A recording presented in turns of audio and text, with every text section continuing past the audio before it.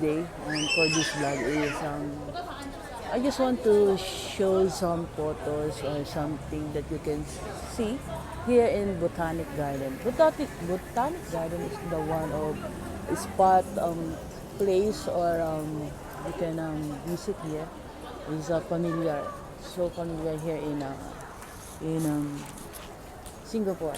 Just like a tourist spot, just one of the tourist spot here in Singapore. So I just bring you inside for to see what we can see inside.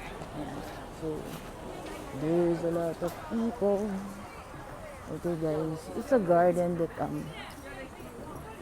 you can bring a lot of, you can see a lot of, there's a lot of notice. You see? Mhm. So if you're entering the place, you must follow these instructions. Okay, so I'm wearing mask. So one thing you can see is a map. Yeah. So you have some children also, children garden inside. This is some thing that you can see inside. Ayan. There is. And what else? You can share it. Yeah. You can see here. So hindi ka rin maliligaw. You cannot miss in this place because there's a lot of you know, instruction and then the guiding. There's a lot of paalala, warning inside. So, let's see what we can see inside. Oh,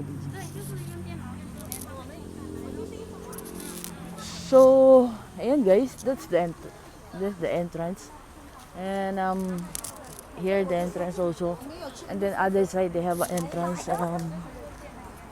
But as of now, guys, I need to say bye bye first, and that's all because I'm going to my friends in it is very near in Botanic Garden MRT, so it's very easy to find this place. Yeah, I'm going to my friend house here. It's in Red Hill MRT, and one of our friend is waiting there.